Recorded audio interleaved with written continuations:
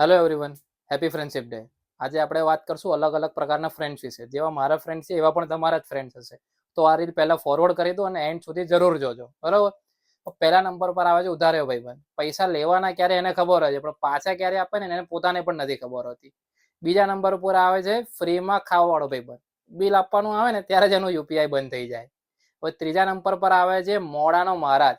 ક્યાંય બી જવાનું હોય ને, અડધો કલાકથી 1 કલાક જો એ લેટ ના હોય ને તો એનું નામ તમારે બદલી નાખવું. આવું એક તો ફ્રેન્ડ તમારા ગ્રુપમાં જરૂરથી હશે.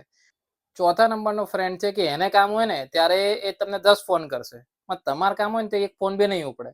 હશે કોક તો આવું હશે, તમારા ગ્રુપમાં હશે, એટલે જોઈ લેજો તમે. અને સૌથી લાસ્ટમાં આવે છે કે ગ્રુપનો માસ્ટર પ્લાનર. કોઈ બી જગ્યાએ ક્યાંય બી જવાનું અને સૌથી પહેલા હા પાડવાવાળો ભાઈબંધ. આ પ્લાન કરવું છે તો એનું જ નામ પહેલા આવે. ક્યાં જવાનું છે, બહાર જવાનું છે, પાર્ટી પ્લાન કરવાની છે, ફરવા જવાનું છે, તો માસ્ટર પ્લાનર એક ભાઈબંધ તમારો હોય ને હોય જ.